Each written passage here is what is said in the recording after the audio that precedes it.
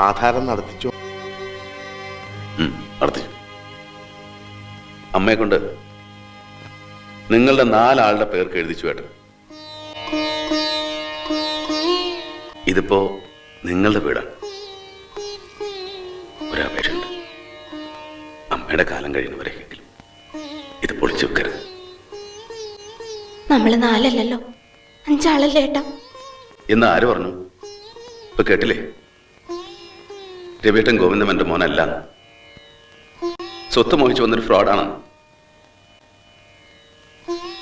ശരിയാണ്, ചിലർക്ക് മോഹിച്ചു തന്നെയാ വന്നത്. പക്ഷേ സ്വത്തും പണമൊന്നുമല്ല.